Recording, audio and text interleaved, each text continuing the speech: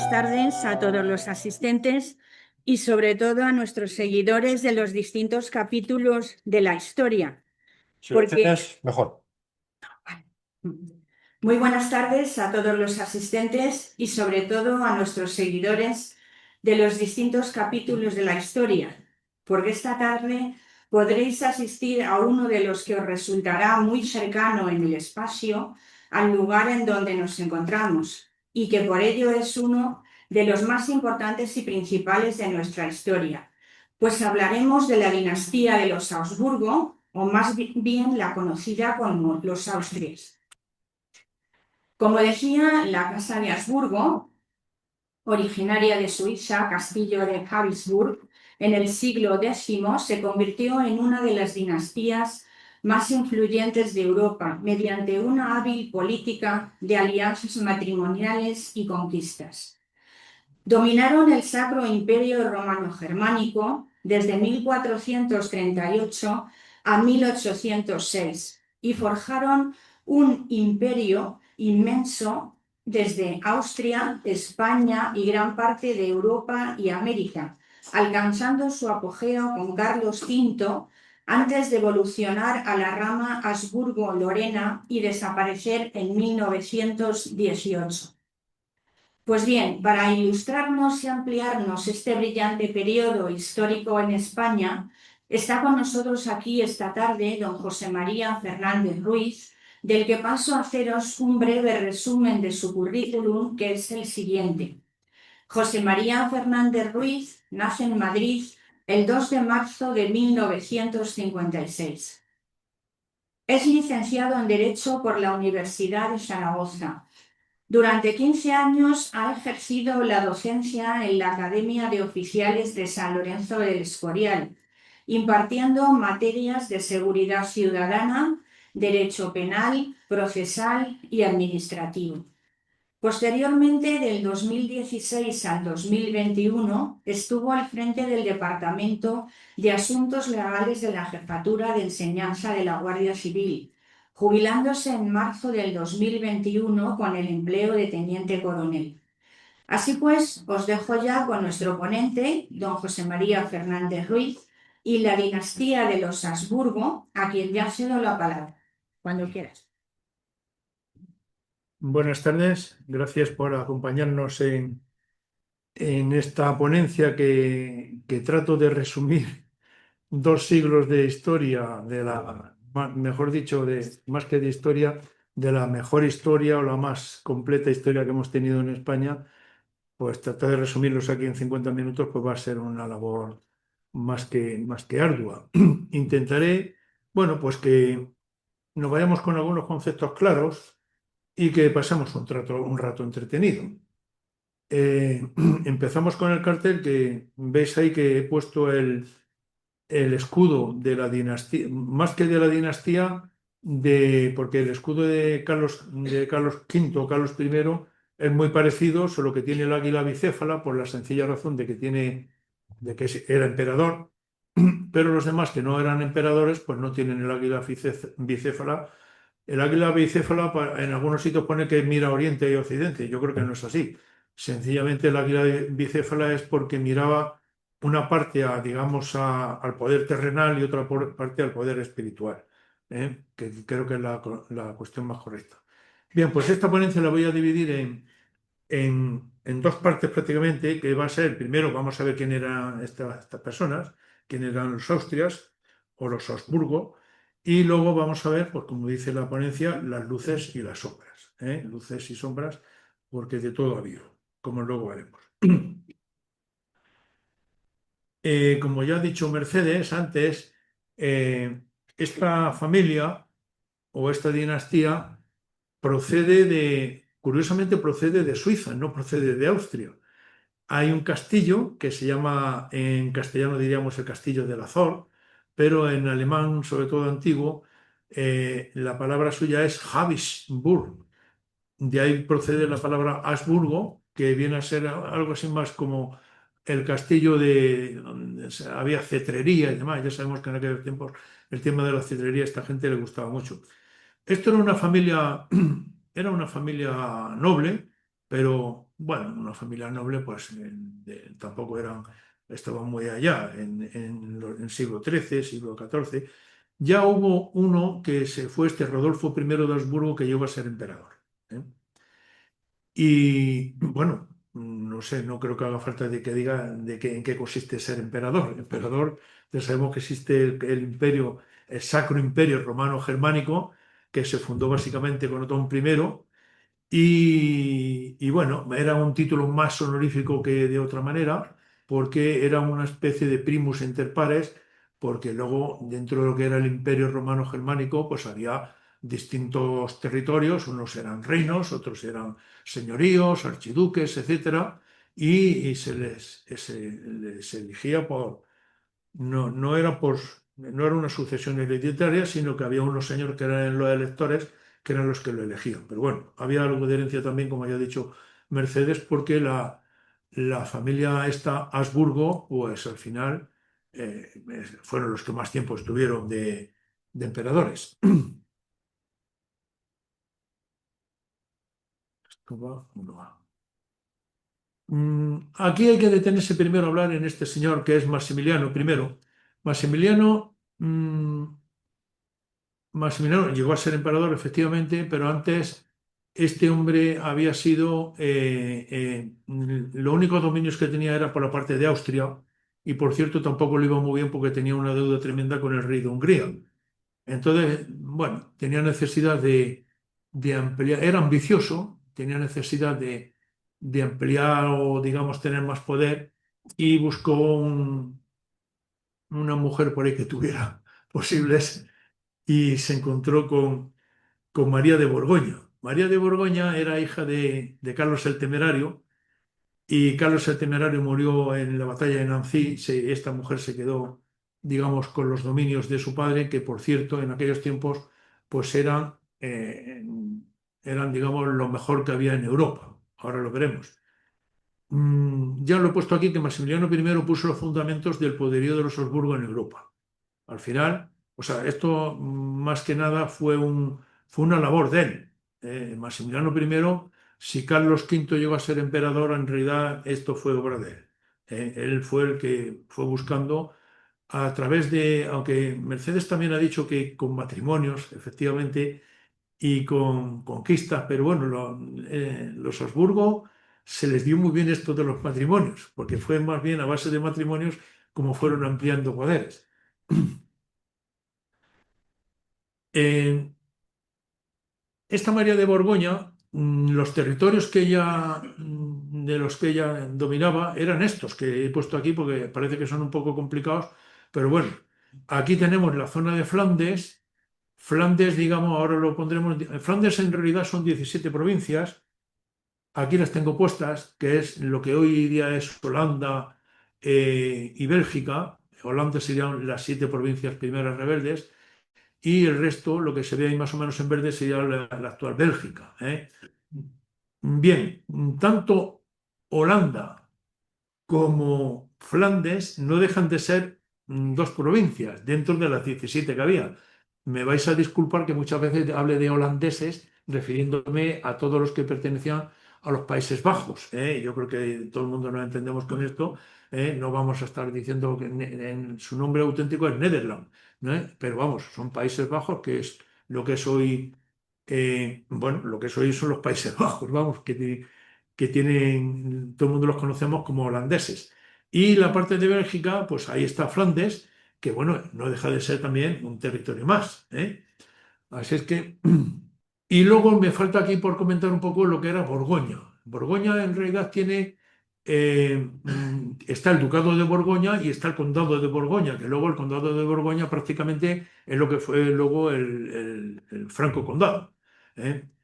Ni que decir tiene que estos territorios, tal como están, pues eran muy apetecidos ¿por quién?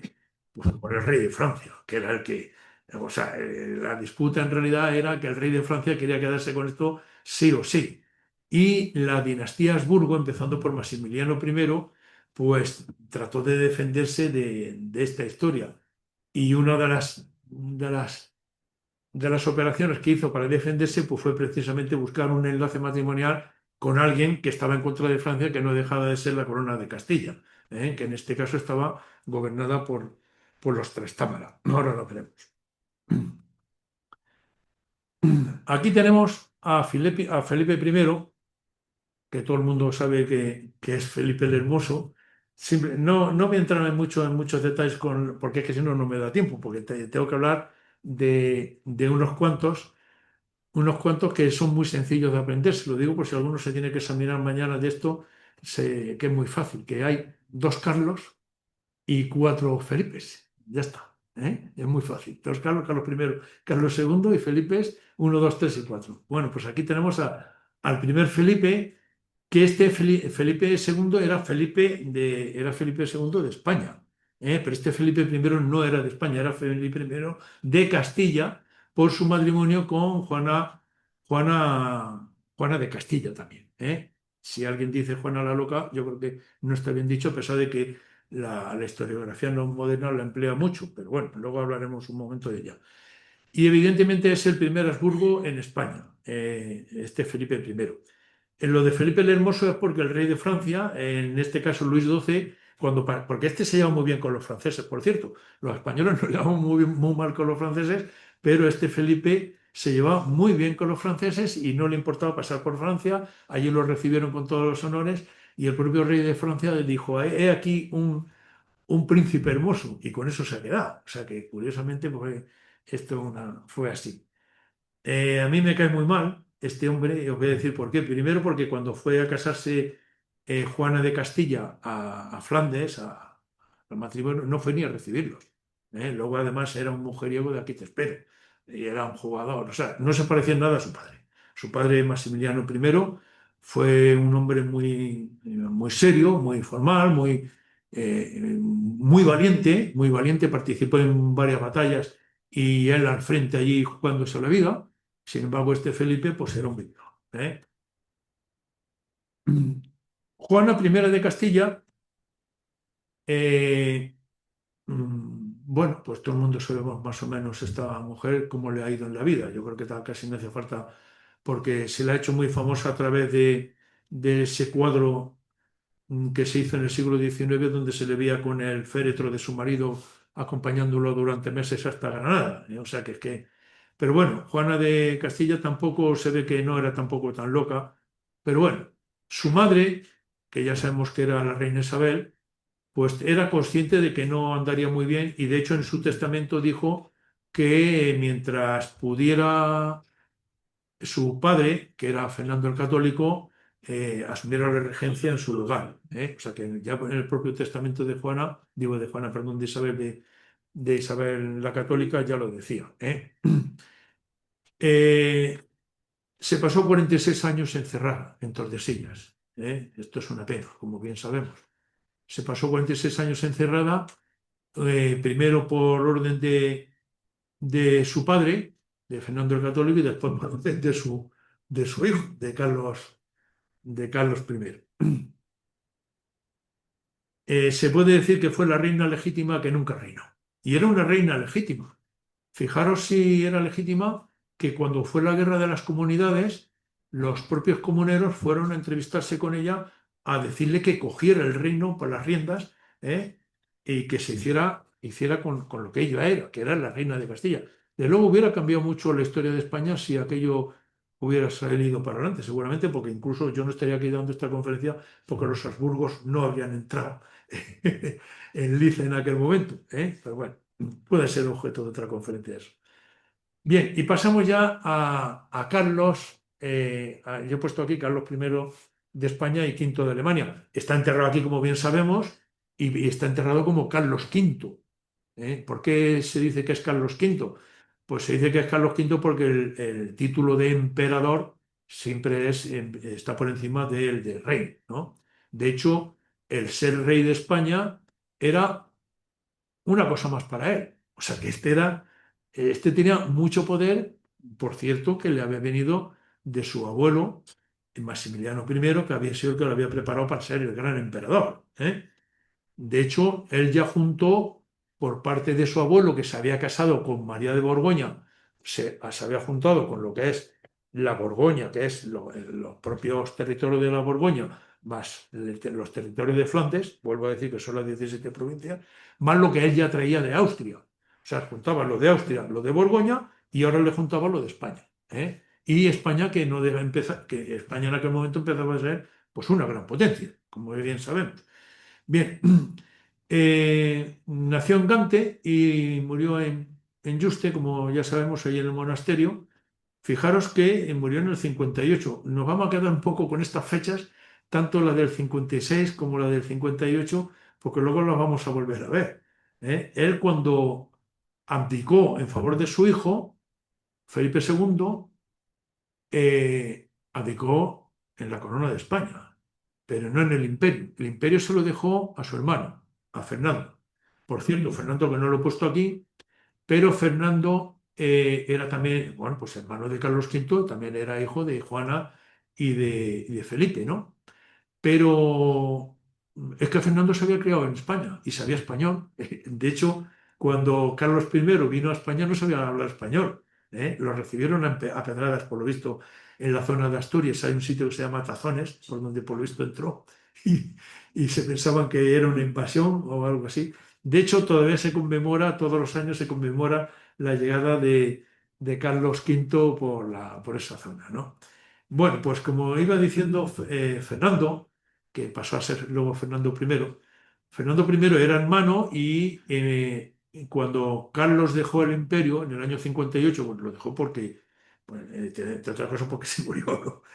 Pero ya lo había dejado preparado para que fuera su hermano el que se quedase con el imperio. Y en este momento, digamos, salen las dos ramas de los Habsburgos, una rama española y una rama austríaca. ¿eh? Curiosamente, y las dos ramas, en cierto modo, se puede decir que proceden de España.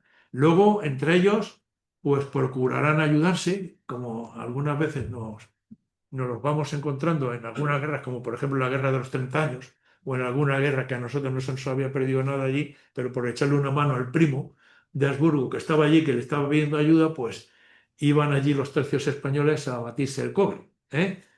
Eso nos ha pasado. Bueno, ya he puesto ahí lo de la herencia borgoñona. He puesto ahí también lo de Margarita de Austria, que era tía de Carlos, porque esta fue la que se encargó de educarlo. A Carlos lo prepararon para ser lo que fue. Lo prepararon para ser rey y ser emperador. O sea, él tenía una formación muy buena para esto. Y Adriano de Utrecht, que luego, por cierto, llegó a ser papa, pues igual, también se encargó de su educación. Eh, He dicho que Carlos no sabía español cuando llegó, luego evidentemente aprendió español, pero el tema de los idiomas parece que no, pero en esta ponencia de la que yo estoy hablando tiene mucha importancia, porque parece mentira que Felipe II tuvo problemas cuando él fue a heredar los territorios de Flandes, tuvo problemas porque no sabía hablar francés, ni por supuesto alemán. Parece que no, pero eso de que los súbditos no se entiendan con su jefe, digamos, pues parece que no lo llevaban muy bien. Sin embargo, a Carlos le valoraba mucho que se entendía con ellos. Llegó a decir Carlos que él hablaba en español, hablaba con las personas. No, perdón, en español hablaba con. No, perdón, en español hablaba con Dios, en italiano con las mujeres y en alemán con su caballo. Que me perdonen alguno, pero es que está puesto en la historia. Está puesto en la historia que lo dijo así. Digo que me perdonen alguno porque hay aquí algún alemán. No todos saben. Bien, bueno, pues Carlos ya, digamos, la idea de Carlos era ser el rey de un imperio universal cristiano. En ello estuvo, En ello estuvo y por eso tuvo tantas guerras, sobre todo con el este, con los otomanos y por supuesto ya con los luteranos también. Uno de los conflictos peores que tuvo fue el de la Guerra de las Comunidades, como ya sabemos, aunque no he puesto ahí la fecha, pero fue en 1520, y ya sabemos cómo terminó con el tema de Bravo, Maldonado y Padilla, que tienen ahí en el barrio Salamanca, tienen ya destinadas calles, ahí en Segovia tenemos estatuas, y incluso la mujer, María Padilla, que luego se fue a Toledo y demás. En fin, esto de las comunidades no fue un resultado, por lo menos que a mí me hubiera gustado. La guerra de las Germanías, algo parecido, pero esta se dio en Levante, en la zona de Valencia. Curiosamente, en Valencia pasaba una cosa, que como había muchos ataques berberiscos, pues allí la gente estaban autorizados a tener armas. Claro, eso también fue un conflicto porque cuando fueron los de Carlos a pedirles impuestos y a apretarles un poco, porque ellos tenían derecho a controlar el tema de lo que pagaban, pues se les rebelaron. Y eso fue la guerra de las Germanías, pero también la ganó. Fueron dos guerras muy paralelas, tanto la de Germania como la de las comunidades. Bien, en tiempo de Carlos hubo prosperidad económica. Empezaron a venir los metales de América, vamos, básicamente la plata, aunque se habla tampoco bien del oro, pero básicamente era la plata, pero ya sentó el principio de la ruina de las finanzas reales. Y el germen de la decadencia parte de aquí, como ahora mismo lo veremos. Como aspecto positivo, introdujo la cerveza en España. De hecho, incluso se llevó cerveceros ahí a Yuste cuando esto. O sea que si a alguno que le gusta la cerveza, pues ya sabe a quién tiene que agradecerle que tengamos en España esto. Bueno, España y en todo el mundo existe, ¿no? Felipe II, que ha pasado la historia como el rey prudente, este evidentemente ya nació en España. Ya sabemos que murió aquí en San Lorenzo del Escorial. Y he puesto ahí en rojo y además que era plenamente un rey español, cosa que no era Carlos, evidentemente. Carlos era rey de muchos sitios y uno de los sitios era este. Pero al final Felipe II no llegó a ser emperador, tenía un imperio, como bien sabemos, pero no los restos de territorios que tenían en Europa, pues la verdad es que le dieron más, o nos dieron más problemas que beneficios. Heredó una monarquía compuesta. Esto de la monarquía compuesta quiere decir, pues que en cada reino gobierna de una manera. Esto es algo muy distinto a lo que son, o sea, el Imperio Británico, el rey bueno, el que le tocase en su tiempo, pongamos la reina Victoria, era la que mandaba y punto. Era la que mandaba y punto. En cambio, los reyes españoles, sobre todo los Habsburgos, pues tenían una serie de monarquías, donde monarquías, mejor dicho, reinos, donde en cada uno tenía unas competencias, no tenía las mismas competencias en otros sitios. Y eso de que mandaba y punto, pues no era así. De hecho, donde únicamente mandaba y punto era en Castilla, como ahora veremos.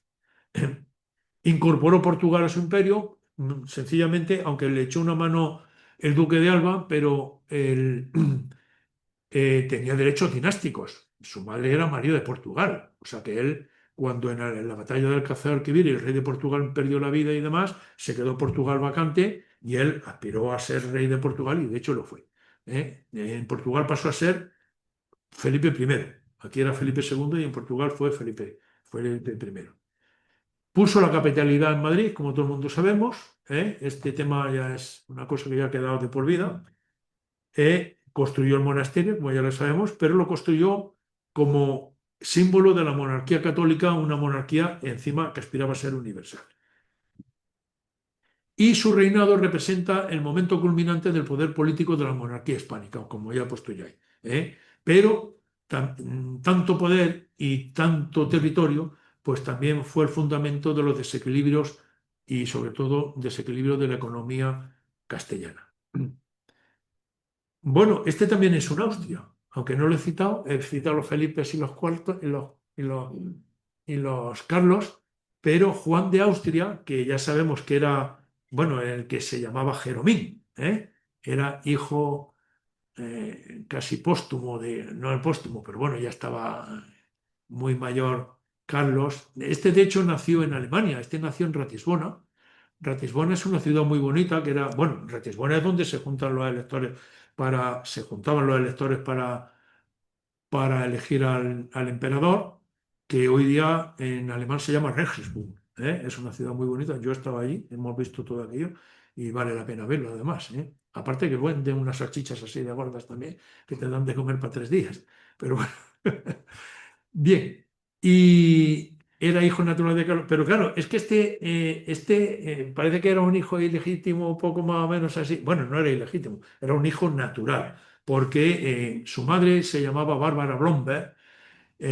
Bueno, ya sabemos que Carlos se pasó mucho tiempo, Carlos me refiero a su padre, se pasó mucho tiempo por ahí por sus territorios, sobre todo europeos, no digamos cuando fue la escisión del cristianismo con Lutero, pues le tocó estar mucho tiempo por allí. Bueno, pues una de esas veces que estuvo por allí conoció a esta alemana, porque era alemana, Bárbara Blomberg, y con ella pues tuvo a Juan de Austria. Juan de Austria, y de hecho le dijo a Felipe II, que era su hermano, le dijo que cuidara de él y que lo tratara pues como un hermano. Y así lo hizo, ¿eh? De hecho, este se apuntó muchos tantos que todo el mundo conocemos, como fue, por ejemplo, que terminó con la Guerra de las Alpujarras, donde más de 200.000 moriscos se sublevaron, que no era poco, ¿eh? En un principio aquella guerra empezó muy mal para, digamos, la corona castellana, porque empezaron a coger voluntarios y tal, y allí los moriscos aquellos se los comían por los pies. Sin embargo, luego ya cuando vinieron con los tercios y este se hizo cargo del tema, pues aquello terminó de otra manera. Pero bueno, hasta el propio Juan de Austria le daba pena de ver a aquella gente luego, porque los echaron de sus tierras y demás. El mismo Juan de Austria hablaba, digamos, de una forma muy solidaria con ellos. Pero bueno. La batalla de Lepanto fue el que dirigió la escuadra aquella, que prácticamente era la mitad española y la República de Venecia y el Papado pusieron mucho también. Y las campañas del Mediterráneo, que no quedaba más remedio, porque ahí estaba el Imperio Otomano dando por saco, ¿eh? Y llegó a ser incluso gobernador de los Países Bajos, ¿eh? O sea que vemos que si lo he puesto aquí, aunque no fue rey, pero valía la pena ponerlo, ¿eh? Bien, de Felipe II pasamos a Felipe III, muy fácil, y de Felipe III pasaremos a Felipe IV. Esto en Portugal, en la historia de Portugal hablan de los Felipes como una época que no les gusta, ¿eh? Los portugueses, vamos, lo digo porque se lo he oído decir a ellos, ¿no? A una profesora de historia de que la tienen como borrada, ¿no? La culpa, en cierto modo, no la tenemos nosotros, me refiero a los españoles, aunque parezca que sí, porque es que el tiempo de los Felipes, como ahora veremos, fue un tiempo de guerra sobre todo con los holandeses. Vuelvo a repetir que los holandeses eran una parte solo de todos los Países Bajos y los holandeses lo que querían era quedarse con todo lo que pillaban por ahí. Y lo mejor y más goloso que tenían era el imperio portugués. Y claro, aquello también había que defenderlo, ¿eh? O sea que tanto si Felipe hubiera sido rey de Portugal o no lo hubiera sido, con toda seguridad hubieran seguido teniendo conflicto con los holandeses, ¿eh? O sea, eso que no quepa la menor duda. Ya vemos que estos austrias estaban continuamente casándose entre ellos. O sea, de hecho, ya luego lo veremos con Carlos II, que es que Carlos II llegó a ser una persona que genéticamente era peor que si hubiera sido hijo de dos hermanos. O sea, es que era un desecho genético, como ahora lo veremos. Este Felipe III introdujo en la monarquía algo que en cierto modo no sabía, que era el tema de los válidos, ¿eh? Pues bueno, el válido es una figura un poco especial, no es un primer ministro, no tiene un estatus, digamos, legal que digamos.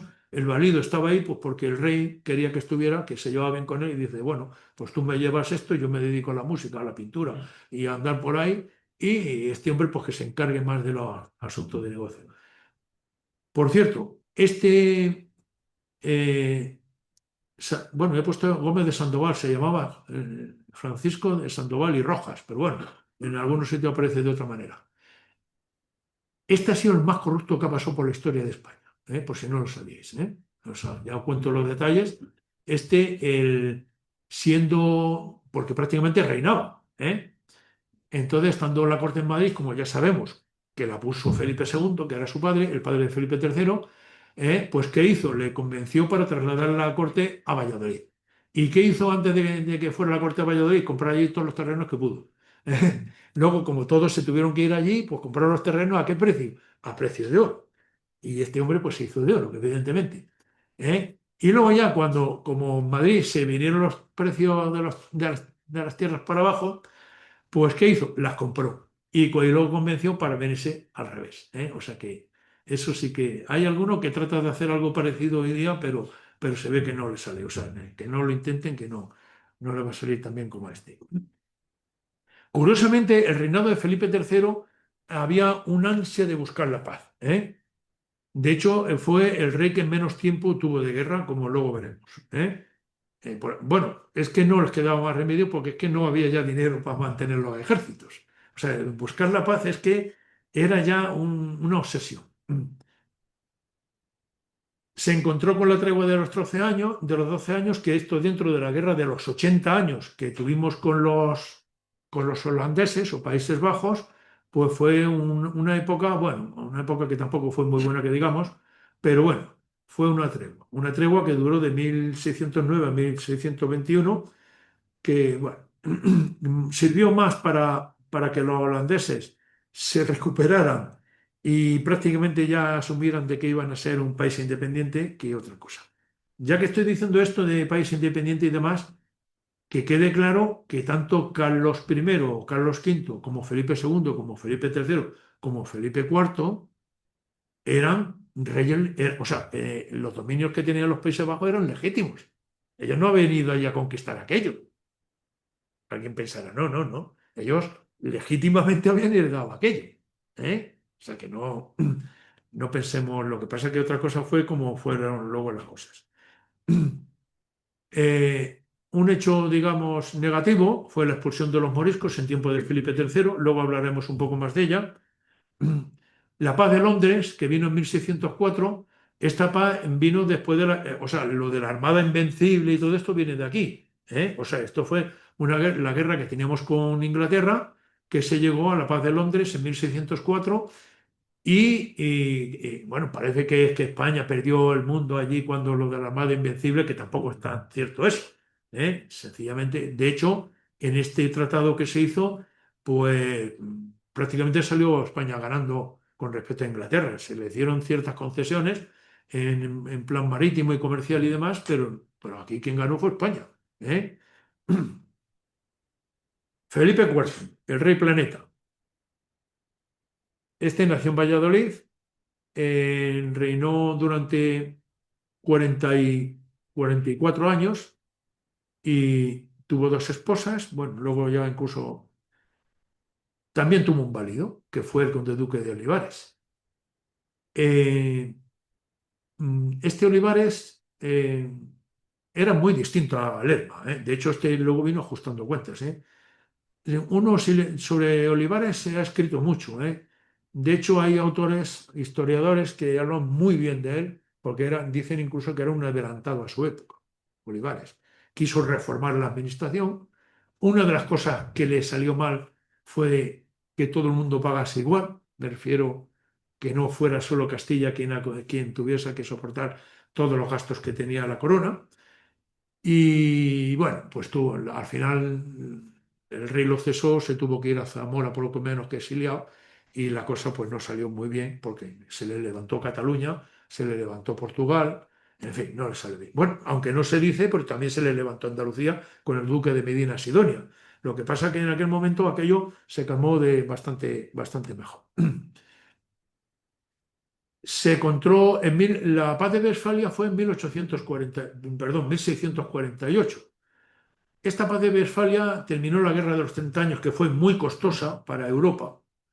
De hecho, cálculos muy fidedignos dicen que hubo 10 millones de muertos, que se dice pronto.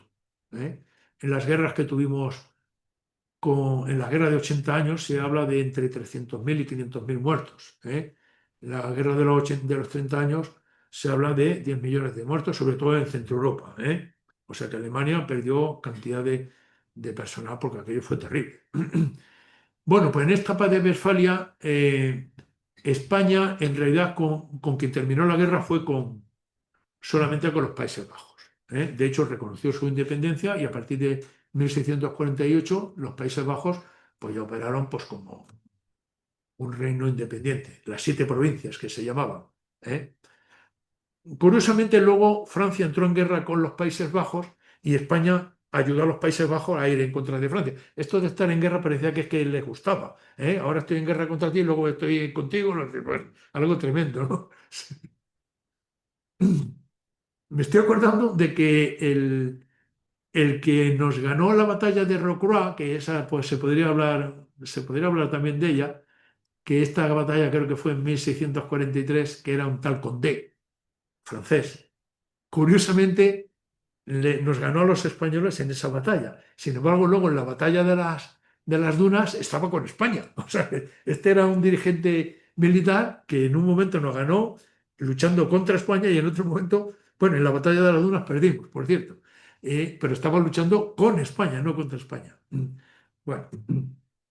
Bueno, Francia entró en guerra contra España en 1635, en esta guerra de los 30 años, y esta guerra la terminamos en 1659, con la paz de los Pirineos.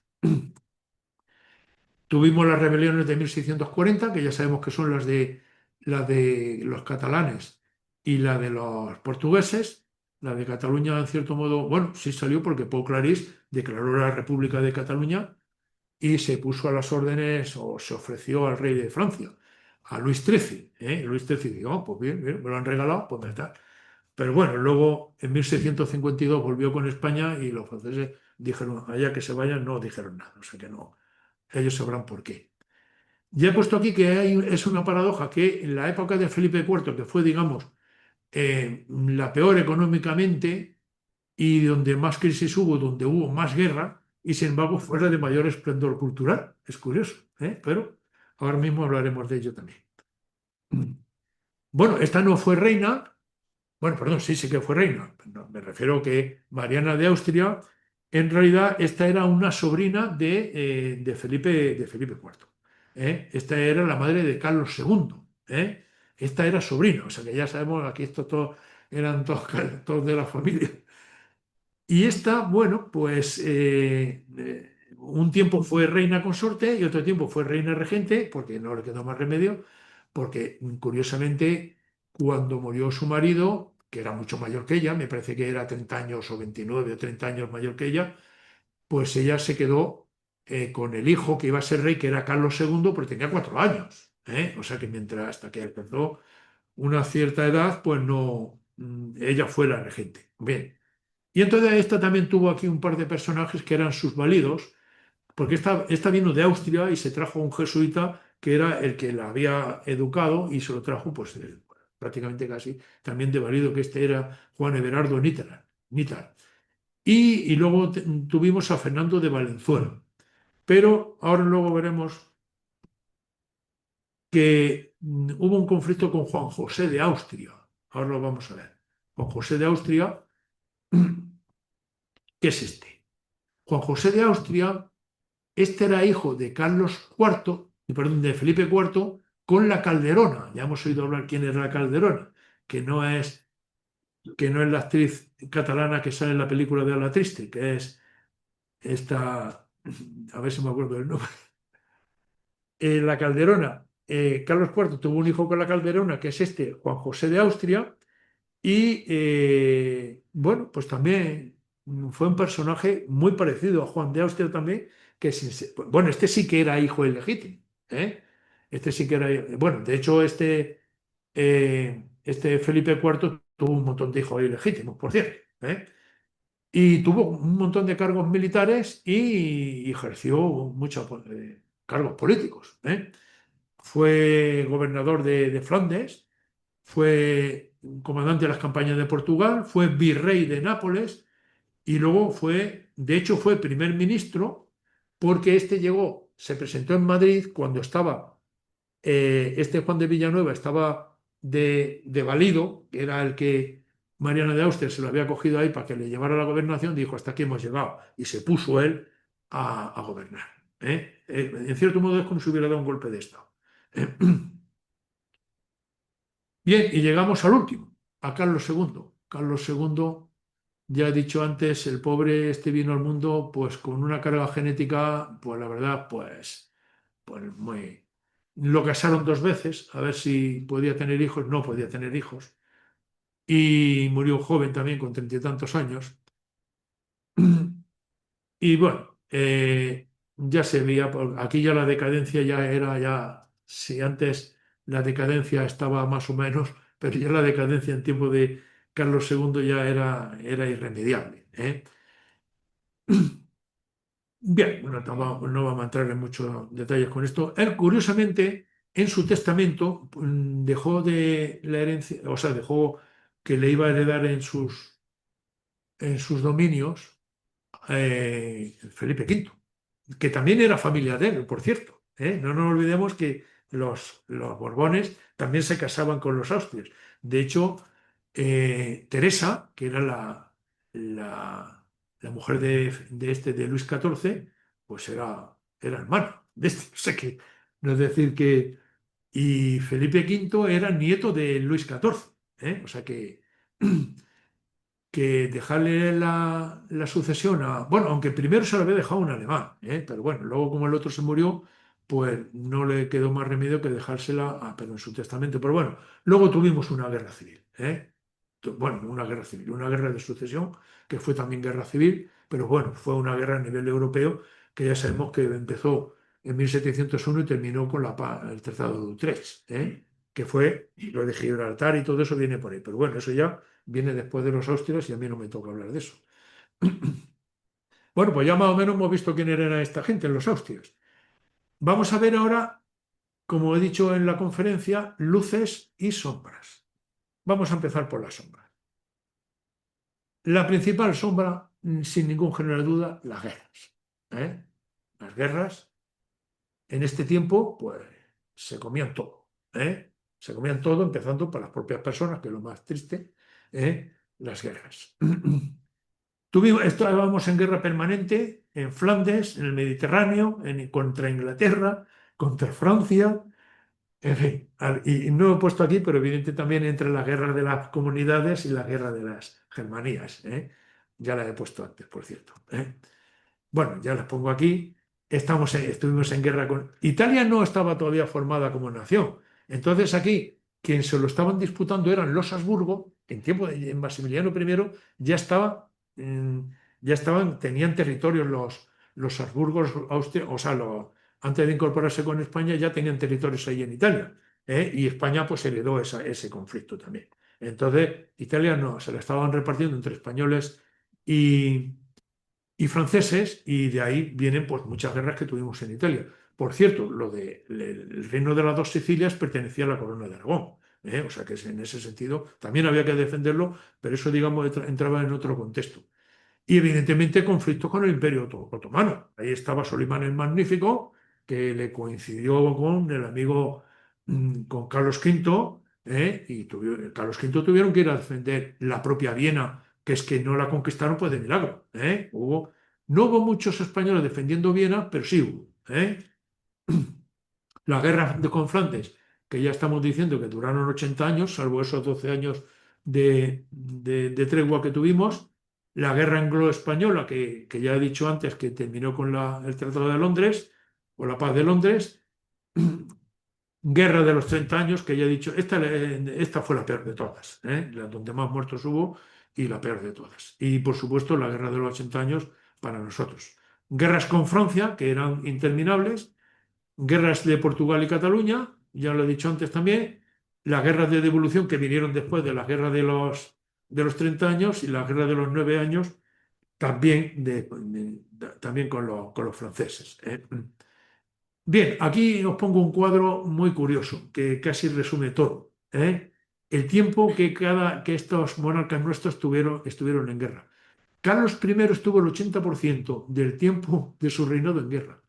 Felipe II el 81%.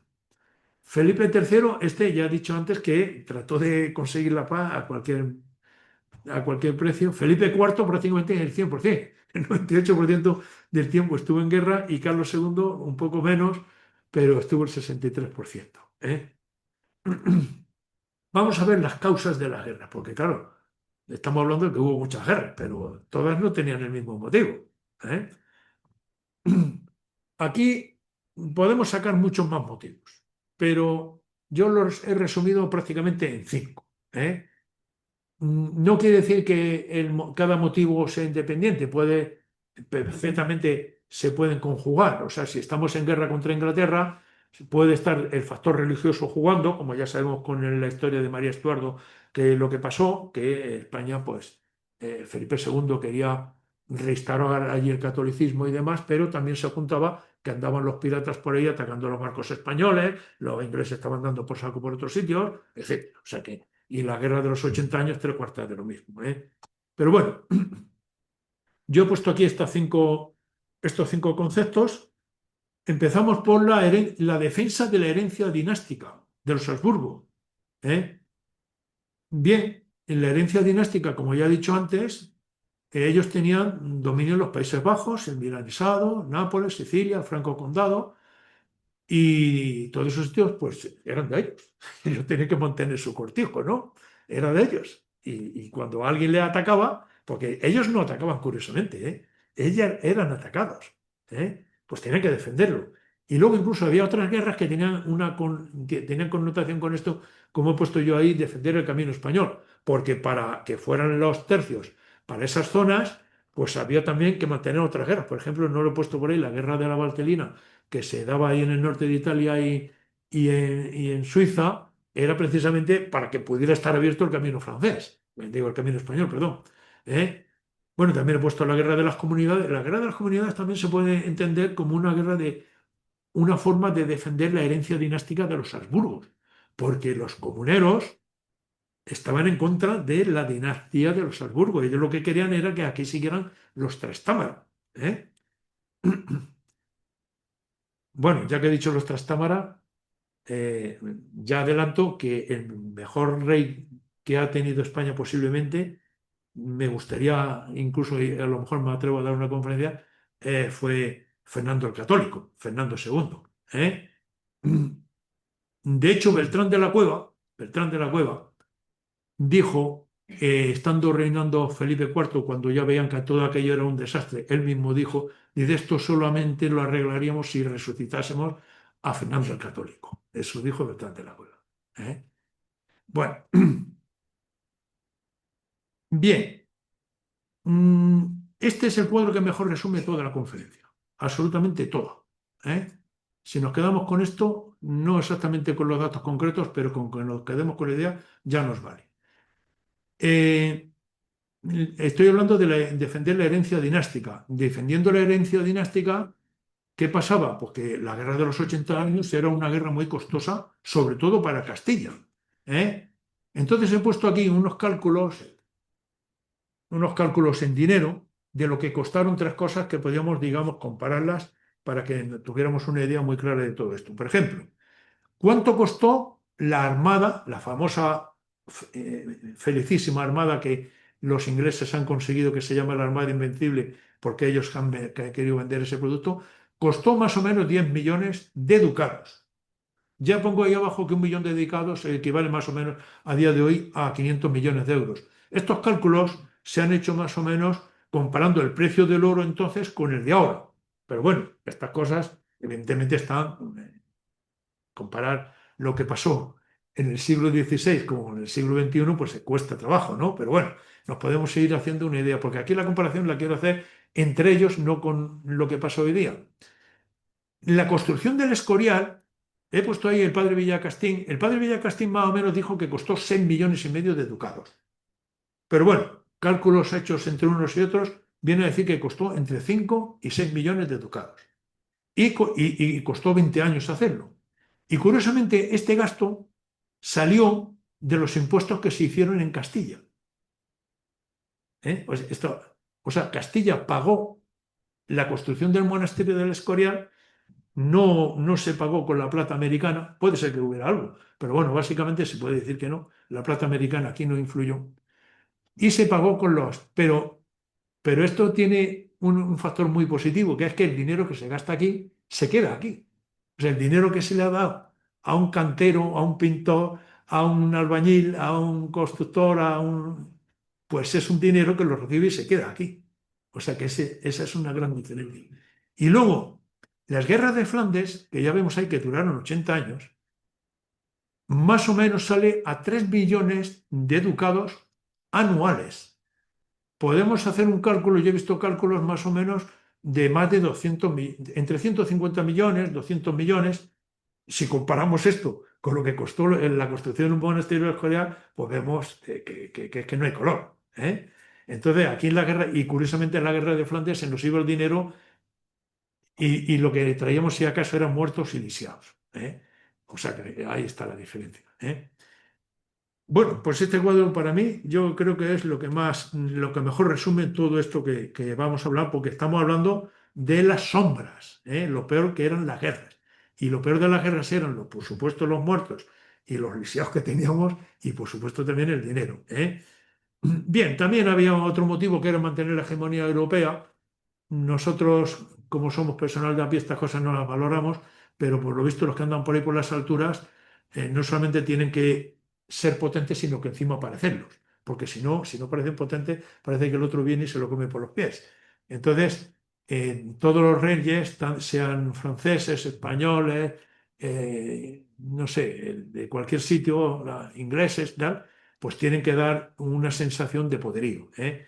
Entonces, curiosamente, aquí, como los Habsburgo habían, digamos, hecho una pinza con respecto a los franceses, pues esto de mantener la hegemonía europea dio lugar a muchas guerras, sobre todo con los franceses, como ya he dicho.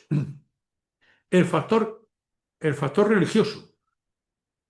Yo he oído decir mucha gente que, bueno, el tema de España, cuando perdió tanto dinero y tanto, que era por defender a la religión católica. Algo hay, no se puede decir que no, pero no es todo, ¿eh? De hecho, solamente Felipe II y Carlos V fueron los que más se impusieron, bueno, más Carlos V, porque ya sabemos que la reforma luterana se dio estando él gobernando, ¿eh? Y ocasionó muchos conflictos, sobre todo en Alemania, y dio lugar, bueno, en Alemania, en los Países Bajos, donde se impuso más el calvinismo que el luteranismo, y en Alemania donde se impuso más el luteranismo, evidentemente, y hubo unas guerras, ¿eh? Hubo unas guerras. Curiosamente, estando Carlos V, eh, se dio una batalla que fue la batalla de Mulberg, que el cuadro ese que vemos de Carlos V ahí con la lanza montada al caballo se lo hizo Tiziano precisamente como vencedor de la batalla de Mulberg, ¿eh? Pero bueno, aquello se cerró en cierto modo mal porque se cerró con la paz de Augsburgo, no Habsburgo, a Augsburgo sin H, ¿eh? Que es una ciudad alemana, en 1555. Y bueno, un poco más o menos se dijo cada reino, o sea, cada territorio, cada señorío, tendrá la religión del que mande allí, ¿eh? Eso luego estalló en la Guerra de los 30 años, como bien sabemos, ¿eh? O sea que eso no fue una cosa perpetua. Pero bueno, y luego también evidentemente las guerras contra el Islam, en este caso representado por el Imperio Otomano, pues evidentemente también dieron mucho conflicto. El control de las rutas estratégicas, ¿eh? Estas rutas estratégicas ya las he puesto aquí bien claras. O sea, tenemos primero ir a Flandes, que era el territorio más rico, y entonces se mantenían guerras, hubo algunas guerras que eran no ya por Flandes en sí, sino por mantener abierto el camino español, ¿eh? Guerras en Italia, porque era ahí la disputa con Francia era continua, guerras en el Mediterráneo y, por supuesto, lo más importante en el Atlántico, porque habíamos que mantener el comercio y el imperio que España tenía en América, ¿eh? Defensa de la carrera de India, sobre todo con los holandeses y con los ingleses, como bien sabemos, ¿eh? Por anda que no hay películas de piratas, de Francis Drake y demás, con el tema este de los piratas británicos, ¿eh? La defensa del imperio, por último, ¿eh? O sea, en un principio América pues parecía que estaba allí aquello estaba tal, pero luego cuando se empezaron a dar cuenta de que allí había mucha riqueza, pues ya todos los europeos querían ir para allá. Bueno, todos los europeos me refiero a los que estaban fuertemente formados, como eran Inglaterra, Francia y los Países Bajos, ¿eh? De hecho, todos ellos tienen colonias hoy día allí, han tenido o las tuvieron las colonias, y entonces, pues evidentemente eso dio lugar también a conflictos, ¿eh? Dio conflictos para defender ese imperio. La, la famosa batalla de Cartagena de Indias no se dio en este tiempo, fue un siglo después, ¿eh? No estaban los Habsburgos, sino que estaban los Borbones. De hecho, era en tiempo de Carlos III. Y los ingleses mandaron una flota muy superior a la que España mandó con la Armada Invencible para tomar Cartagena de Indias y apoderarse del Imperio Español. No es broma eso. Lo que pasa es que no lo pudieron hacer, ¿eh? Aquello fue una defensa que hizo Blas de Lezo, una defensa, pero vamos, estaba como 10-1, ¿eh? O sea, me refiero a 10 los ingleses y uno los españoles, ¿eh? Pero fue una defensa, vamos, de lo más heroico que se ha podido dar en la historia de la humanidad, la defensa de Cartagena de Indias. De hecho, ya empezaron los ingleses a imprimir monedas porque el general Vermont ya mandó la noticia de que aquello ya estaba tomado, amigo. Y se veía allí al rey de España de rodillas entregándoles Cartagena de Indias. Pues Cartagena de Indias no cayó y el Imperio Español no cayó, ¿eh? Pues ya otro día podemos hablar de eso. Bien, la economía. Evidentemente todo esto se traduce en dinero que ya hemos hablado, pero se traduce sobre todo en bancarrotas, ¿eh? Dije antes que tenemos que quedarnos con algunas fechas. 1557. Nos fijamos que con Carlos V no hubo ninguna bancarrota, pero estaba vivo, porque murió en 1558.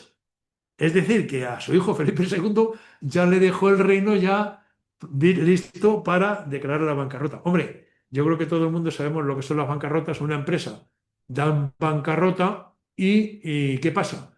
Pues que se empiezan allí a subastar lo que hay un concurso de acreedores que viene allí, el que empiezan a establecerse unos turnos, quién cobra antes, primero cobran los obreros, los sueldos que tenía, y luego así van subastándose los créditos, digamos, de aquella empresa que ha dado en bancarrota. Evidentemente el país no se puede hacer eso. ¿Qué pasaba con las bancarrotas? Pues que al final lo que había era una reestructuración de la deuda, ¿eh? Bien, ya lo he puesto ahí que coincide exactamente con los picos de esfuerzo militar. Es que es así. O sea, las bancarrotas venían con fruto del gasto que lo había supuesto a la corona las guerras que había tenido, ¿eh? Bueno, aquí las enumero, no hace falta tampoco que andemos una por una, pero ya vemos que en tiempo de Felipe II tuvimos tres bancarrotas, en tiempo de Felipe IV es cuando más bancarrotas hubo, y luego incluso Carlos II ya lo que le dejaron, el pobre también, ¿eh? Ya lo he puesto ahí, que no eran quiebras de Estado en el sentido moderno, sino que eran reconversiones de la deuda, ¿eh? Reconversiones de la deuda que luego se transformaban en una cosa que llaman juros, que era, no deja de ser una especie de pagarés del tesoro o son una especie de deuda perpetua, ¿eh? Una deuda perpetua que al final quien tenía que pagarlo así, a ver si adivinas quién era. Castilla, ¿eh? Bien, bueno, ya he puesto aquí una especie de, de, de cadena de cómo se hacía esto. De América llegaba la plata, llegaba, porque estaba esto monopolizado, llegaba a Sevilla, a la Casa de la Contratación. Allí, tal como llegaba la plata, estaban esperando los banqueros genoveses, que eran los que habían adelantado el dinero mediante los asientos para pagarle a los tercios españoles que andaban por ahí en las guerras. Y y evidente, pues, quedaba poco dinero, quedaba poco dinero para acá. Y aquello que habían adelantado los banqueros, pues se transformaba luego en una deuda que ya lo he dicho antes, que se denominaban juros, ¿eh? Y esos juros, ¿cómo se pagaban? Pues luego los pagaba la corona de Castilla. Eh, bueno, que digo, tenía una cosa aquí, no lo he dicho, pero lo había no la tengo ni siquiera puesto aquí. Lo de la plata de América empezó a venir en 1546. Ya estaba Felipe, o sea, perdón, Carlos V ya. Lo de la plata, esto es fruto de otra ponencia, porque lo de la plata tiene mucho. Porque dio lugar a una gran inflación en España, dio lugar a que la economía de España no funcionase como debía funcionar. Pero lo que sí que daba lugar a lo de la plata era que el rey tenía el quinto real. Es decir, que la quinta parte, o sea, el 20% de la plata que se extraía, iba a parar a las manos de la corona, al rey español. ¿Y esto qué significaba? Pues que el rey de España, si quería dinero, tenía que ir a las cortes y pedirles dinero.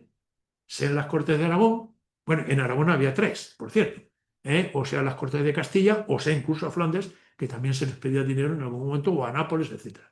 Pero este dinero que venía, este 20% que venía de La Plata, le venía directamente a él. No tenía que pedírselo a nadie, lo cual le daba un margen de maniobra pues estupendo pues, para meterse en todos los conflictos que se metió, que ya vemos cómo no salieron. ¿Eh? Pues bueno, esto es no lo he puesto aquí en las transparencias, pero eso es. Bueno, he dicho lo de Castilla, que Castilla no es Valladolid y el pueblo de al lado. Castilla es todo esto que vemos en azul, la corona de Castilla. Dentro de la corona de Castilla había muchos reinos, incluso el reino de Jaén, el reino de Granada, el reino de Murcia, el reino de Galicia, en fin, había el Principado de Asturias, etcétera. Pero aquí lo que cuenta es la corona de Castilla, que tenía unas solas cortes.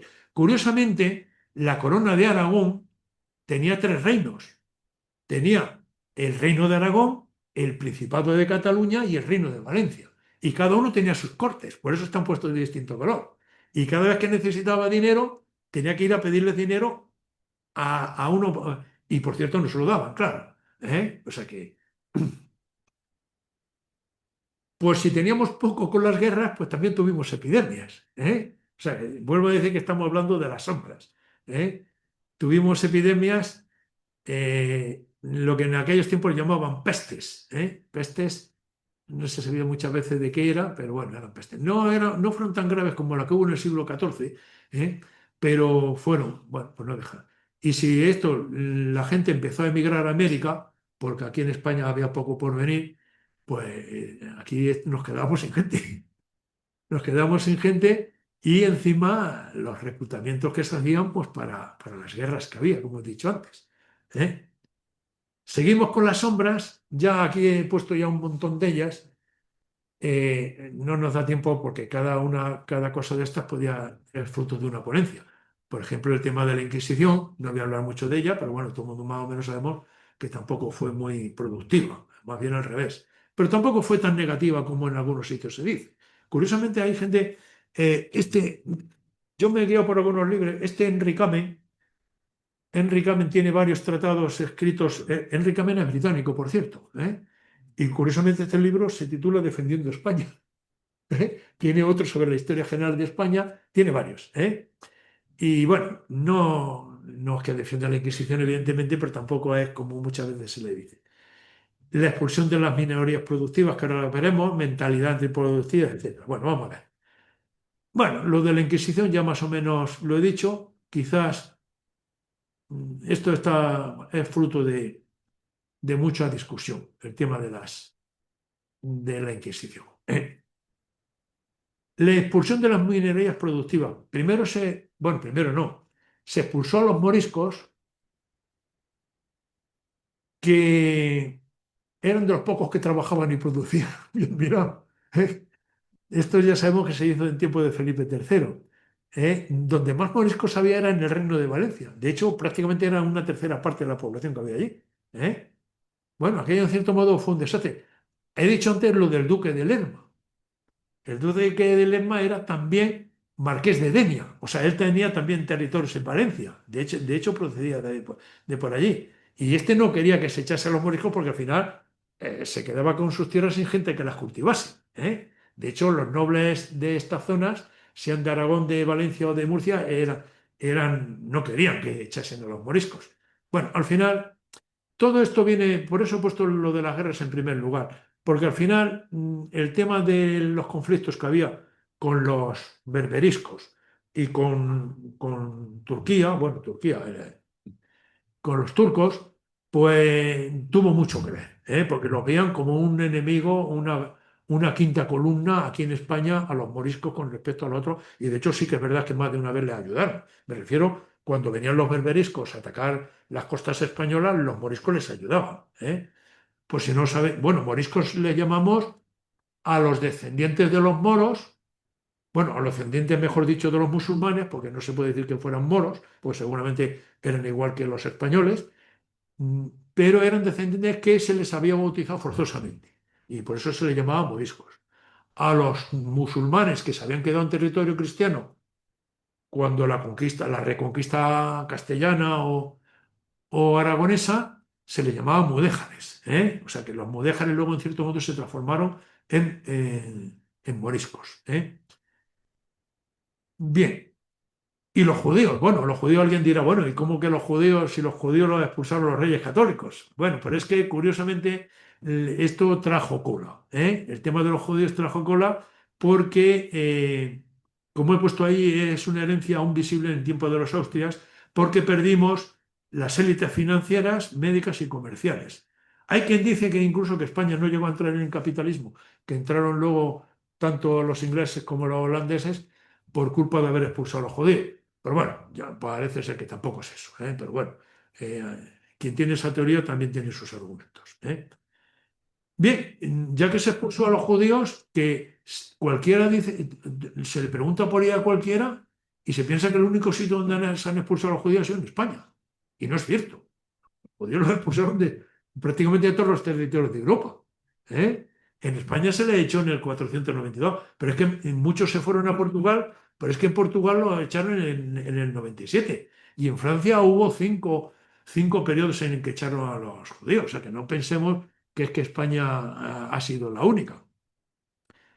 Ahí veis que en Sicilia y en Cerdeña también lo expulsaron en 1492, porque entonces pertenecían a España. Es así de sencillo, ¿eh? Muchos de los judíos que se echaron de España fueron a parar al Imperio Otomano, se les recibió en el Imperio Otomano, en Turquía. Por cierto, conservaron todavía, ya lo sabemos, que se llama sefardites, ¿eh? Y de hecho, ahora mismo en Israel hay incluso cadenas de televisión y de radio que hablan en sefarad, ¿eh?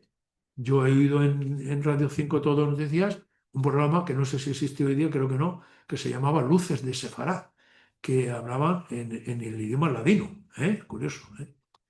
Bueno, bueno, había una mentalidad ya en España que era poco productiva. Aquí se aspiraba por la carrera de las armas, aspirar a progresar socialmente, por eso muchos se apuntaban voluntarios a ir a la... De hecho, en la tregua de los 12 años a muchos militares les supo mal, porque ellos querían seguir, porque era el único modo que ellos tenían de ir progresando socialmente en una sociedad que estaba muy estructurada, como bien sabemos. Ser rentista, esto de los rentistas viene de los juros, ¿eh? O sea, se compraban esas deudas, se vivía mejor cobrando las rentas que trabajando. Así que ya me contaréis. Ser funcionario o ser eclesiástico, ¿eh? Las consecuencias que vino de todo esto, por una falta de burguesía, una burguesía que en otros países dio lugar ya luego a lo que fue el capitalismo, que fue lo que trajo la riqueza a toda Europa, y depender del exterior, porque como aquí no se trabajaba, se hacía la cosa, y venía la plata, pues lo que se hacía era que se compraban las manufacturas ya hechas y nosotros le vendíamos la lana, que cada vez vendíamos menos, por cierto, y se importaban las cosas, ¿eh? Una presión fiscal muy desigual, ¿eh? Ya he dicho antes que prácticamente quien lo pagaba era Castilla. Castilla aportó los millones. Los millones es un tipo de impuesto, ¿eh? No es que sea, es como si dijéramos el IVA o algo así, ¿eh? Bueno, nunca mejor dicho, porque era un impuesto que gravaba, digamos, los productos de primera necesidad, el aceite, el trigo y el vino, cosas de esas. Esto era lo que gravaba. Este impuesto se puso en tiempo de Felipe II. Los juros, que ya he dicho antes lo que era, las alcabalas, que era también un impuesto que se ponía al consumo, ¿eh? No era a las personas, sino al consumo. De hecho, todo esto daba lugar también a que quien más pagaba era pues, la gente sencilla, la gente trabajadora, ¿eh? Porque los nobles y los eclesiásticos estaban exentos de pagar, ¿eh? Impuestos. Bien. ¿Y qué pasaba en Aragón, en Portugal y en los Países Bajos? Pues que se quitaban del medio, así de sencillo, ¿eh? Bien, entonces esto que dio lugar a la asfixia de las ciudades castellanas y a la ruina del tejido productivo. Ya lo he puesto ahí, ¿eh? Bien, pues no todo va a ser malo, ¿eh? Vamos a ver ahora las luces, ¿eh? Hemos visto las sombras, el factor principal evidentemente de las sombras eran las guerras. Si no hubiera habido guerras, con toda seguridad pues seguramente. Y el tema de la plata también, parece que no, pero hay autores que dicen que si España no hubiera tenido la mina de plata, seguramente en la colonización y demás hubiera sido de otra manera y España se hubiera desarrollado económicamente de otra manera, ¿eh? Pero bueno, el siglo de oro. Bueno, yo creo que todo el mundo ya más o menos conocemos el siglo de oro. Voy a pasar aquí rápidamente casi porque es que no me va a dar tiempo. Aquí tenemos a Cervantes, a Quevedo, a Gracián, a Góngora, a Quevedo.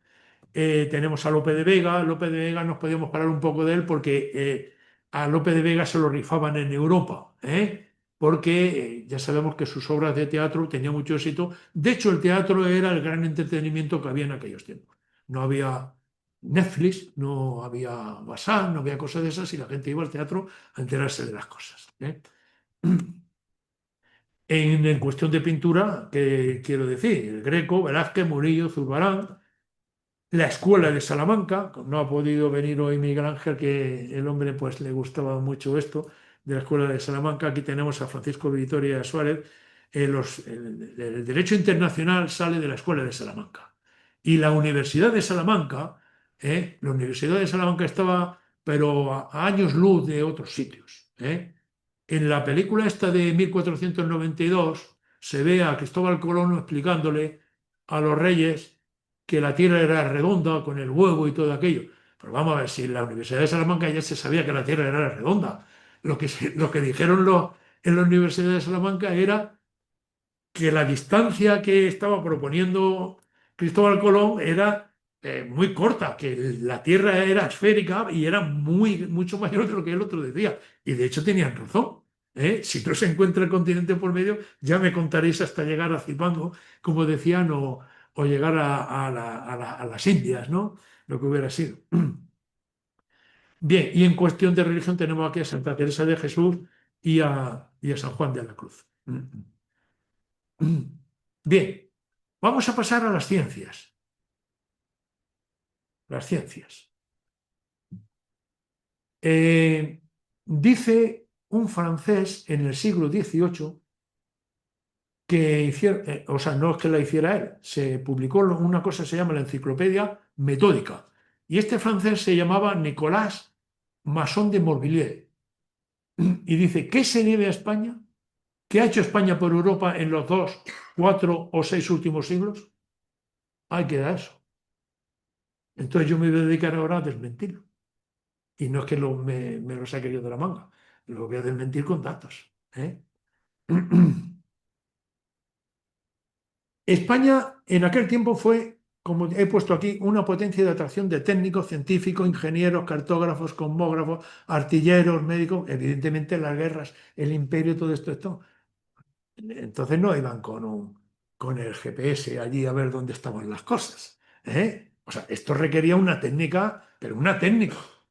Ahora mismo hablaremos de ella. Bueno, de hecho hay un cuadro aquí en el Museo del Prado que se titula El geógrafo y el naturalista, donde se ve cómo trabajaban. Estoy hablando del siglo XVI. O sea, esto de que en España no había ciencia ni técnica es muy... España fue puntera en navegación, no hace falta que lo diga. En cartografía, tal como venían las expediciones, pasaban por Sevilla, por la Casa de la Contratación, que ya habían recibido una especie de cursillo sobre el tema, e iban indicando, iban dando ya muestras de cómo era el territorio por el que iban pasando. O sea, esto de la cartografía, bueno, y hablando de cartografía, aunque no lo he puesto aquí, también la astronomía, que entonces se llamaba astrología. En el hemisferio norte se ve la estrella polar, lo cual sirve a los marinos pues, para guiarse. Incluso se sabe la latitud en la que se está. Pero cuando se va al hemisferio sur ya no hay estrella polar. Bueno, pues los españoles encontraron digamos, una constelación que juntando ahí unas estrellas, era una constelación, llamaron la Cruz del Sur. Y esa les sirvió de guía. Eso también les sirvió a los ingleses y a los holandeses y a todo el mundo. O sea, eso de que aquí en España no se hizo ciencia, vamos. De hecho, ya lo he puesto ahí, incluso en metalurgia, todo esto de la plata y demás, pues arranca de que se hizo. Bien. Aquí, bueno, he puesto un montón de científicos. Sí, bueno, podemos detenernos un poco en Juan de Herrera, que ya sabemos que fue el que terminó empezó con Juan de Toledo, Juan de Herrera. Eso no se construye de cualquier manera. Construir un monasterio del Escorial requiere una técnica muy depurada, ¿eh? Y el que sea arquitecto, aparejador y demás, no hace falta, incluso cualquiera que tengamos un poco de conocimiento de poner un ladrillo, vemos que eso tiene tela, ¿eh? Eh, bueno, científicos tenemos aquí metalúrgicos, tenemos médicos, tenemos naturalistas, tenemos matemáticos, tenemos de todo, ¿eh? Me voy a detener solamente en tres. En Urdaneta que bueno, curiosamente era un religioso, ¿eh? Era de Beasain. Bueno, no me acuerdo si era de Beasain o de Ordizia. Bueno, los dos pueblos están pegados, creo que de Ordizia. Bueno, pues este Urdaneta descubrió una cosa importantísima, que es el tornaviaje. Desde Veracruz, no, perdón, desde Acapulco, que está en México, salía el galeón de Manila, hacia Manila, evidentemente, que es lo que ya veis ahí que pone Galeón de Manila. Era una ruta fácil porque se seguía con los corriente, pero costaba volver. Y este descubrió lo que se llama el tornaviaje, que entraban prácticamente por Norteamérica hasta llegar a Acapulco, ¿eh? Y este galeón estuvo funcionando 200 años.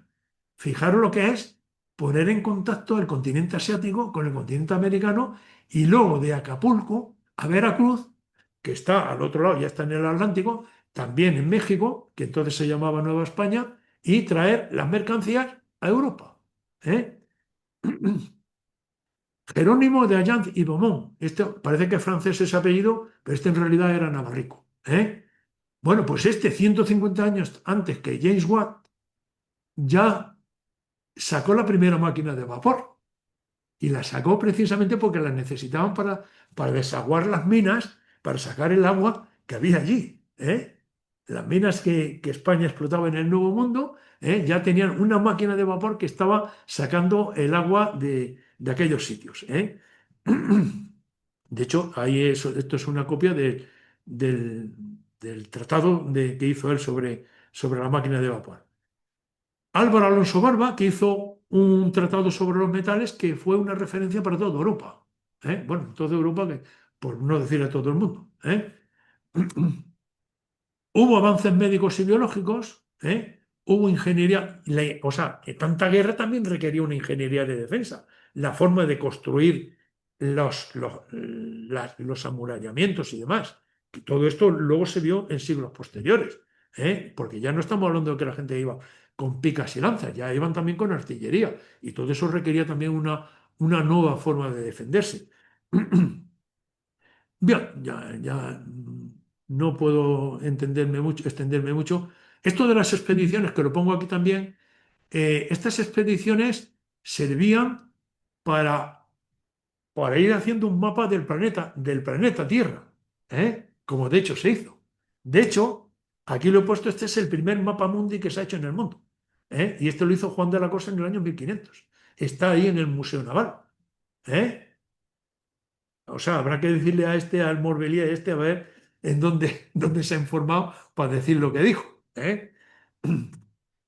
Bien, ya lo pongo aquí. Voy a poner dos valoraciones, una para España y otra para el resto del mundo. Para España, pues permitieron que se controlase el imperio, un imperio tan duradero, ¿eh? No se controla de cualquier manera cuando los medios de comunicación y demás pues son como eran, ¿eh?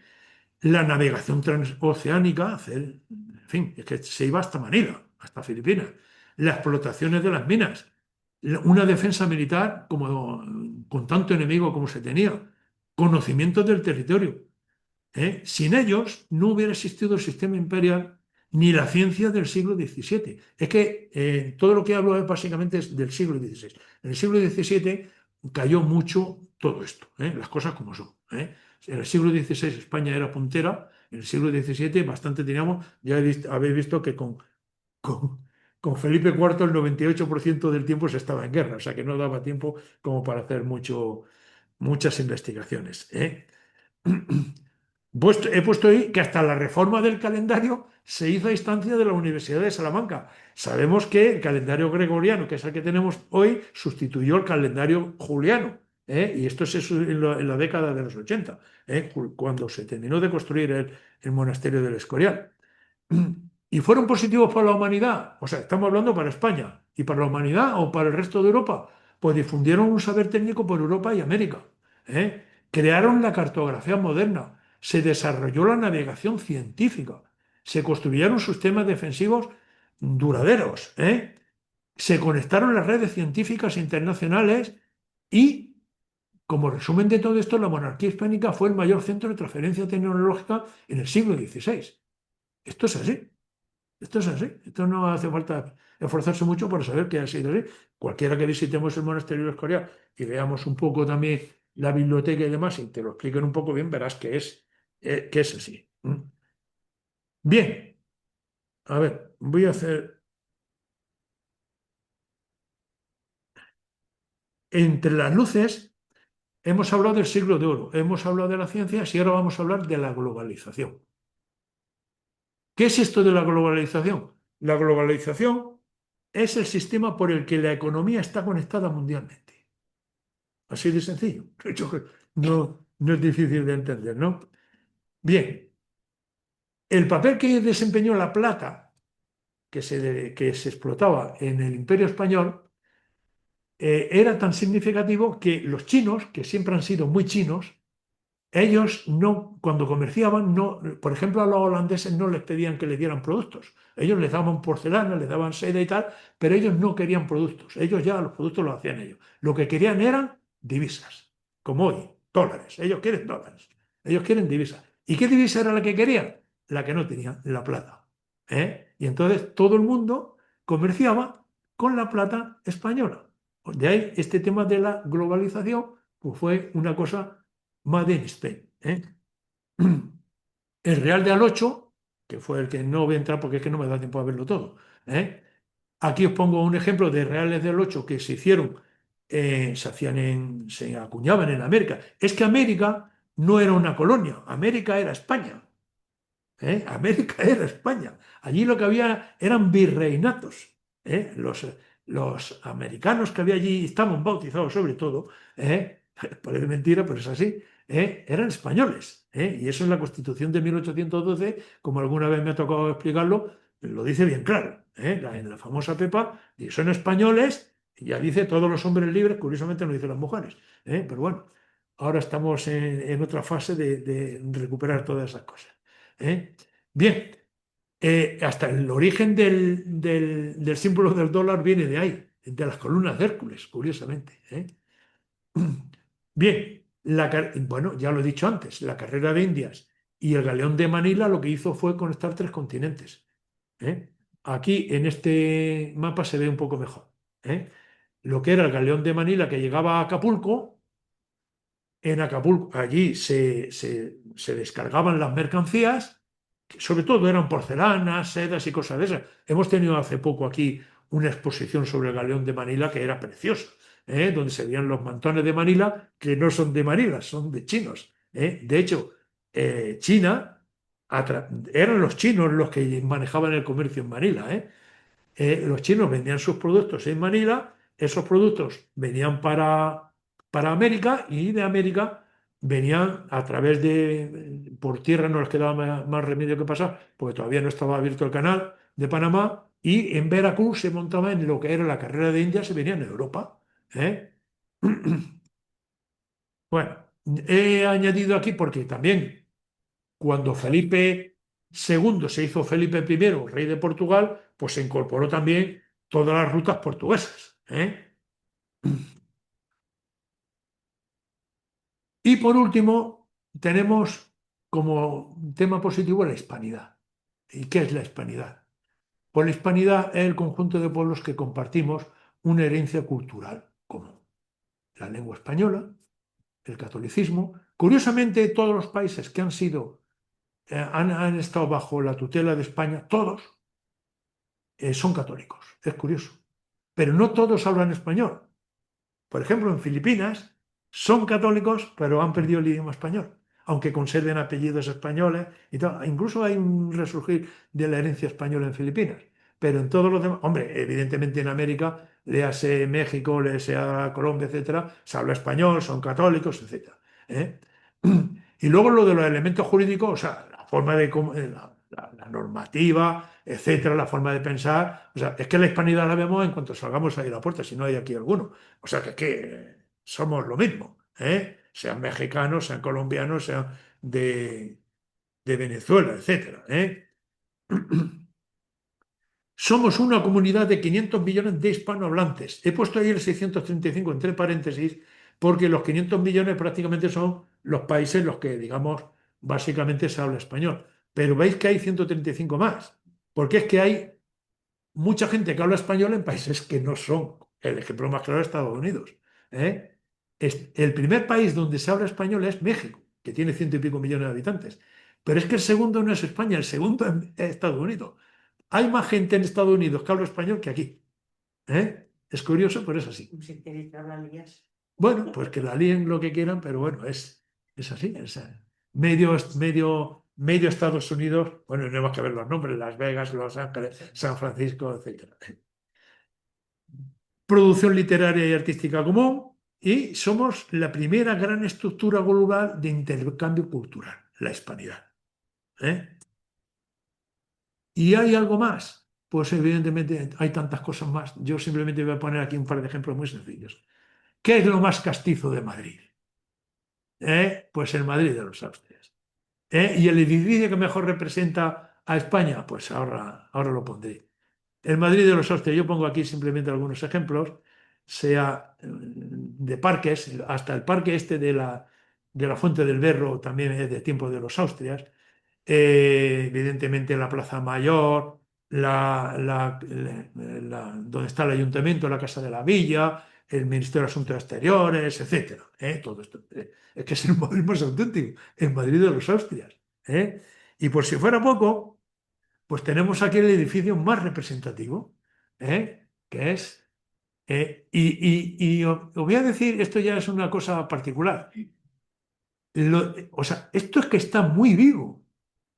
Tú vas a ver la Alhambra y ves que aquello, allí estuvieron aquellos, allí aquello muy bonito, tal, te lo explican, lo guían, pero es que el monasterio del Escorial está vivo, el colegio está vivo, o sea, están ahí los chicos estudiando, está vivo. La gente se casa en la basílica, los frailes siguen estando en lo que es el monasterio, hay un seminario y todo, y incluso todavía lo que es la biblioteca tiene un añadido donde se trabaja todavía. O sea, el monasterio está muy vivo. ¿Y qué quiere decir esto? Pues que el tema este está vivo. Lo mismo que el monasterio de la Escorial está vivo, pues está vivo la herencia de los Austrias. Y ni que decir tiene lo de las meninas, ¿no?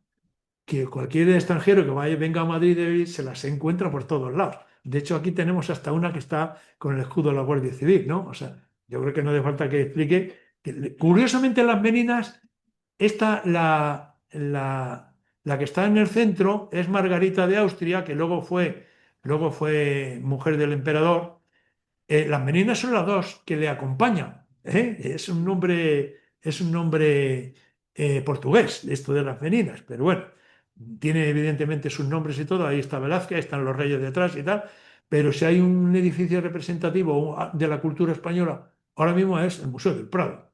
Y si hay un cuadro que representa el Museo del Prado, es el de las meninas. Y luego las meninas las vemos en la calle por todos lados. Y alguien dirá, bueno, ¿y ahora qué pinta aquí Cervantes? ¿Qué pinta aquí Cervantes? Ya esto ya casi es para rematar la faena. Bueno, pues la relación que hay entre Don Quijote de la Mancha y la España de los Austrias es tan profunda que la novela no solo pertenece a su tiempo, sino que es un espejo crítico, simbólico y sociológico de la monarquía hispánica en su momento en el siglo XVI y XVII. Es que es clavado. Yo creo que casi todo el mundo hemos leído el Quijote. Bueno, pues el que lee el Quijote ve la España de los siglos, sobre todo XVI y XVII. Es que la ve en todos los sentidos. Hasta los moriscos aparecen por allí. ¿eh?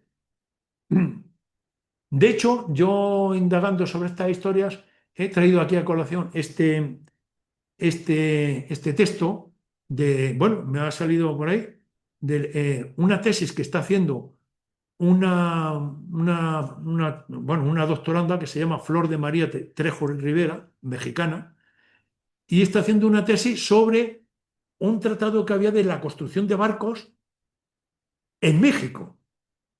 Ojo, para que veamos cómo funcionó el Imperio Español. Enseguida iban a poner los holandeses en Indonesia a poner allí a hacer barcos. Estos iban allí a llevarse lo que había. En cambio, fijaros, un tratado de 1587 de este Diego García de Palacio, esta mujer está haciendo la tesis sobre ello. Pues fijaros lo que dice al principio de su tesis. Dice, haz, Sancho, la averiguación que te he dicho y no te curas de otra, que tú no sabes qué cosas son los coluros. Bueno, los coluros son los meridianos principales. Líneas, paralelos, zodíacos, eclíptica, polos, solsticios, equinoccios, planetas, signos, puntos, medidas de que se compone la esfera celeste y terrestre, que si todas estas cosas supieras, o parte de ellas, vieras claramente qué de paralelos hemos cortado, qué de signos vistos y qué de imágenes hemos dejado atrás. Esto está puesto en el Quijote. O sea, está diciendo lo que hemos hecho científicamente, porque vamos, estamos hablando de cartografía y de geografía con respecto a lo que decía el masón de Morvilliers. Porque ha sido realmente uno de los grandes momentos de la historia de la humanidad, sin duda. No porque sea nuestro, nosotros no tenemos ya nada que ver con ese imperio. Eso lo digo al final, está hablando todo el mundo, pero hay que aceptar el hecho de que ese imperio existió y dejó de existir. Y lo construyeron nuestros antepasados, antepasados que son antepasados nuestros y de los mexicanos y de todo el mundo. Nosotros de ese imperio no somos más que un cachito desgajado. Y nada más. Pero ese imperio fue un momentazo tremendo en la historia y merece, yo creo que en algún momento llegará a ser mejor conocido de lo que lo es y mejor estudiado de lo que lo es. De los grandes imperios de la historia de la humanidad, de Leopoldo Hispano fue uno. Y no cabe en absoluto avergonzarse de él. Habrá que avergonzarse de todo lo que hemos hecho después. Pero de aquellos 3 siglos y medio, desde luego, no hay avergonzarse. Pues terminamos.